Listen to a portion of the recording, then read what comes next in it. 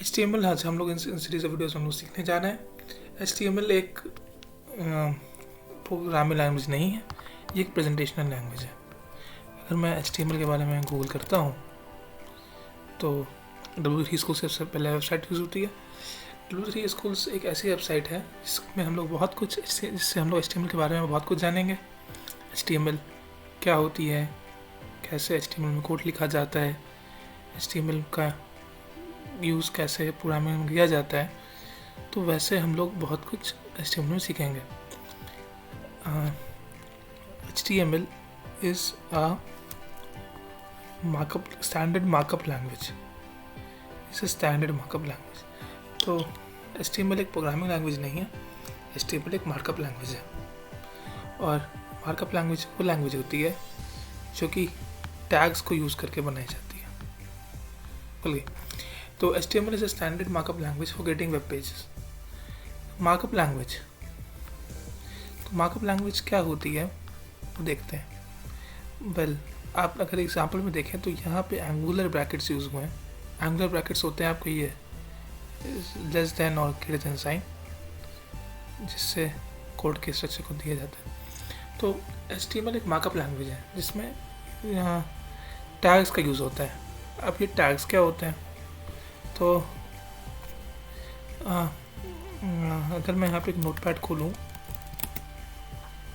और मैं यहाँ पे कुछ भी टाइप करूँ तो ये अपना टेक्स्ट होगा। मगर अगर हम यहाँ पे एंगुलर ब्रैकेट्स में कुछ चीज़ लिखें जैसे कि HTML, तो ये एक टेक्स्ट तो ही है, साथ साथ एक HTML का टैग भी है।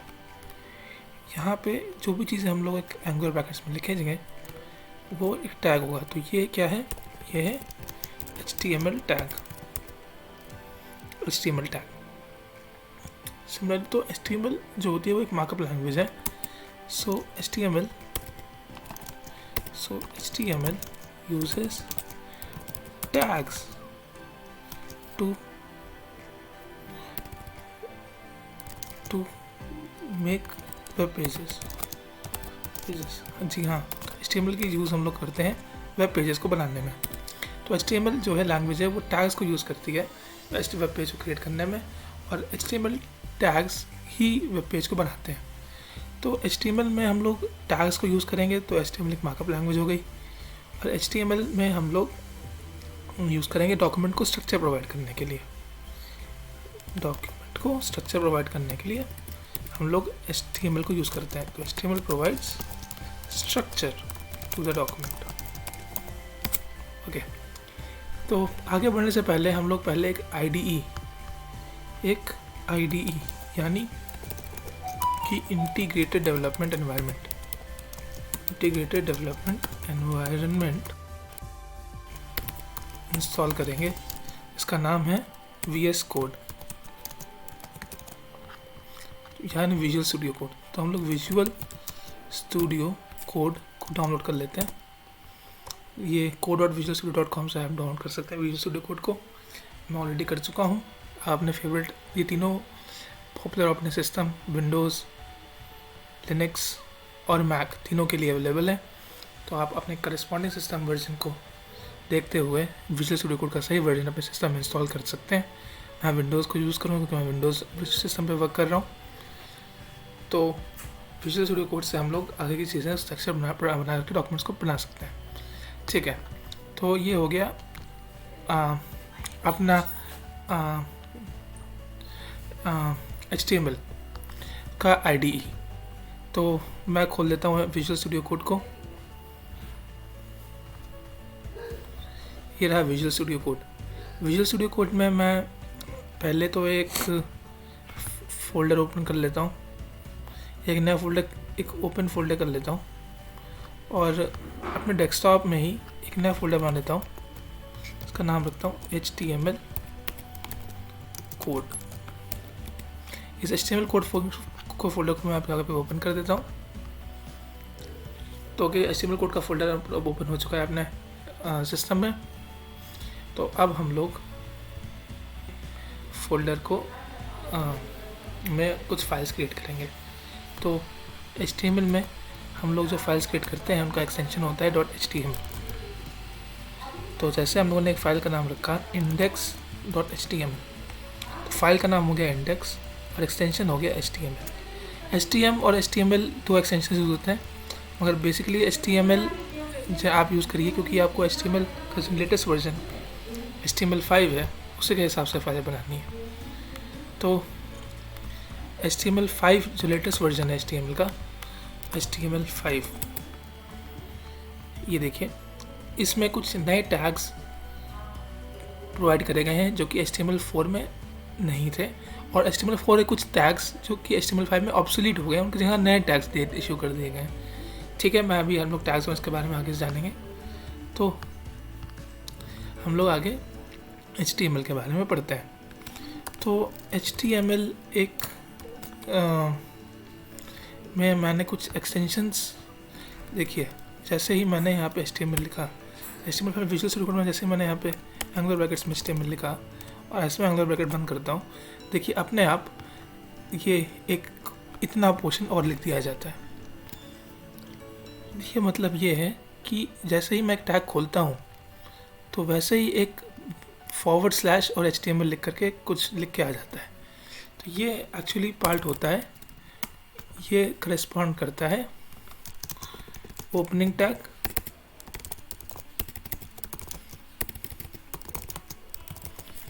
और ये करता है करेस्पॉन्ड क्लोजिंग टैग। तो इससे हम लोगों का एक की पॉइंट निकल के आता है कि HTML में जनरली सारे टैग्स के लिए ट्रू नहीं है, जनरली हर एक टैग ओपनिंग टैग के करेस्पॉन्डिंग एक क्लोजिंग टैग भी होगा। ठीक है, तो ये तो रहा HTML की हिसाब किताब। अब HTML में ओपनिंग और क्लोजिंग टैग तो समझ लिया हमने। अब हम लोग जानेंगे कि कैसे हम लोग HTML में कोड करते हैं और डॉक्यूमेंट्स को और HTML डॉक्यूमेंट्स को बनाते हैं। तो HTML का अगर हम लोग एक DOC टाइप करें और DOC पे एक एमेट एब्रीविएशन आ रहा है, जानते हैं ये एमेट एब्रीविएशन क्या है? तो अगर हम गूगल करें एमेट तो हमें पता चलेगा एमेट is a popular plugin for many text editors which greatly improves HTML and CSS workflow। तो ये एक सेट ऑफ प्लगइन्स है जो कि हाई स्पीड कोडिंग और एडिटिंग अलाउ करती है HTML, XML और XSL में। XML, HTML और XSL क्या हैं? ये सभी मार्कअप लैंग्वेजेस हैं जो कि HTML के साथ की तरह ही होती हैं, बट वो HTML बस सबका यूज़ केस अलग है। HTML वेब केसेस को बनाने के लिए यूज़ होती है, XML आपका डेटा ट्रांसफ़र फॉर्मेट, एक common data format transfer format use होती है, जिसके बारे में हम आगे पढ़ेंगे। ठीक है, तो अब हम लोगों ने अगर DOC टाइप किया तो एक एमेट एब्रीविएशन आता है, उस पर हम लोग इंटर करते हैं तो देखिए एक कुछ कोड का स्ट्रक्चर फॉर्मेट का एक खाका खड़ा हो जाता है, एक बेसिक स्केलेटन जिसे कह सकते हैं हम लोग, वो खड़ा हो जाता है DOC टाइप करने से, जिसमें देखिए आप HTML और HTML का टैग है जो ये बता रहा है कि ये फाइल HTML की है। इट टेल्स ओके, देखिए मैं पहले कोडिंग शुरू करने से पहले मैं मान रहा हूँ, HTML सीखने से पहले मान रहा हूँ कि आप ये पहली अपने कोडिंग करियर की पहली लैंग्वेज HTML से शुरुआत करना चाह रहे हैं। तो क्योंकि कोड इंग्लिश लैंग्वेज में नहीं लिखा जाता है, एक ऐसी लैंग्वेज, एक ऑब्सक्योर, एक आर्केन लैंग्वेज, यानी कि जो लैंग्वेज जो कि बहुत कम लोगों को समझ में आए, उस लैंग्वेज में लिखा जाता है। तो हम लोग उसकी रीडेबिलिटी को इम्प्रूव करने के लिए कमेंट्स डालते हैं कोड में।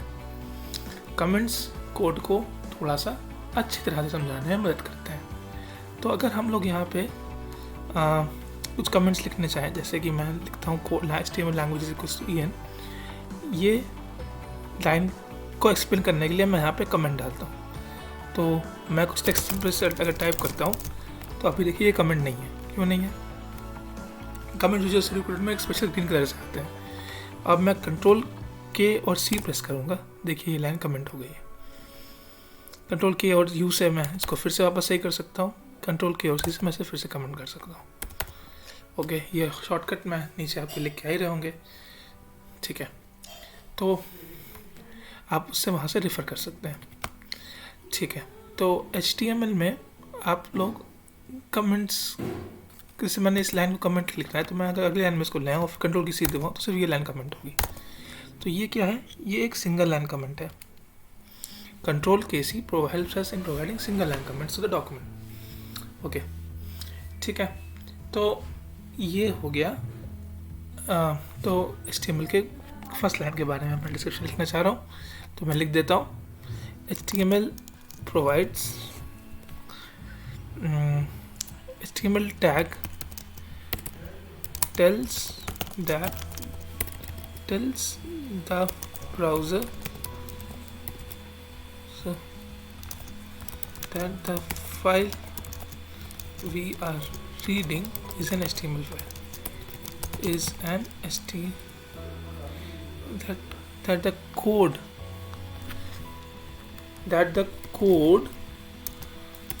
we are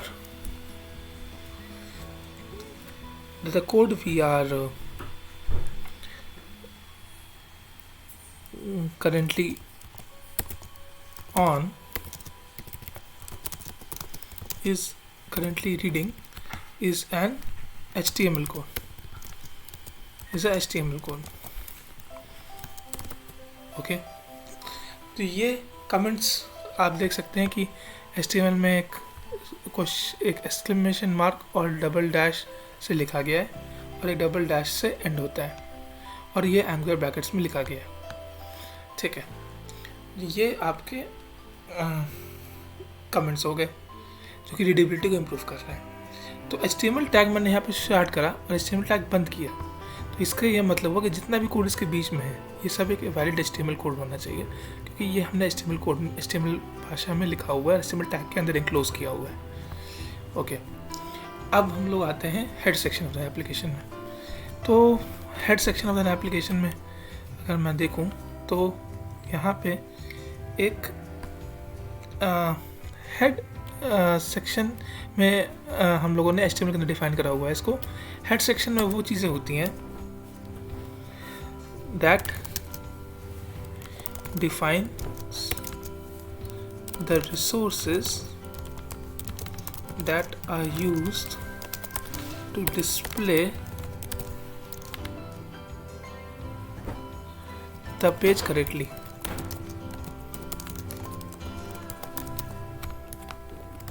जिसमें हम लोग वो चीज़ें डिफाइन नहीं करते कि अपना पेज दिखेगा कैसे, वो चीज़ें डिफाइन करेंगे कि अपना पेज अगर दिखेगा तो किस वजह से सही दिखेगा। जैसे कि हम लोग इसमें मेटा टैग यूज़ करते हैं जो कि SEO यानी सर्च इंजन ऑप्टिमाइजेशन के लिए यूज़ होता है।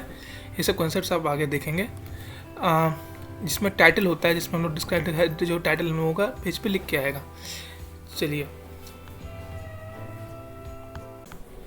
तो आज हम लोग HTML का डॉक्यूमेंट ऑब्जेक्ट मॉडल यानी DOM के बारे में जानेंगे। DOM और डॉक्यूमेंट ऑब्जेक्ट मॉडल या DOM एक ट्री लाइक स्ट्रक्चर है जो अपने HTML डॉक्यूमेंट का। तो जैसे हम लोग HTML कोड लिखा हुआ है, इसमें HTML head, title, meta, head, body, div जैसे ये सब टैग्स यूज़ हुए हैं। तो वैसे हम लोगों का पहला हेड HTML टैग यूज़ हुआ है जो कि फर्स्ट लाइन नंबर पे स्टार्ट होता है और 20 लाइन नंबर पे क्लोज होता है। सिमिलरली हमारा हेड टैग है जो कि सेकेंड लाइन नंबर पर ओपन होता है और 5 लाइन नंबर पर क्लोज होता है। इसी हेड टाइटल के टैग के अंदर अपने एक टाइटल और एक मेटा है। तो वैसे ही हमने इसको डिस्प्ले करवाया हुआ है। इसमें यहाँ पे अपना एक HTML है, रूट HTML डॉक्यूमेंट है। इसमें एक हेड सेक्शन है, इस हेड सेक्शन में 2 टाइटल और 2 मेटा है। फिर अपने हेड से HTML में एक बॉडी एलिमेंट है, जिसमें बॉडी एलिमेंट में एक डिव है जो कि 7th और 9th के बीच में इनक्लोज कर रहा है। 9th में एक फॉर्म है और जो जिसमें एक डिव है, इनपुट एलिमेंट्स हैं और कुछ लेबल्स हैं। और एक फॉर्म एलिमेंट जब बंद हो जाता है तो उसके नीचे एक इमेज एलिमेंट आता है और इमेज एलिमेंट भी बंद हो जाता है नीचे आकर के। तो ये पूरा जो स्ट्रक्चर है ये HTML DOM एलिमेंट के लिए बना हुआ है और ये रिप्रेजेंट कर रहा है। ये जो ट्री स्ट्रक्चर है इसको हम लोग कहते हैं HTML DOM या HTML डॉक्यूमेंट ऑब्जेक्ट मॉडल।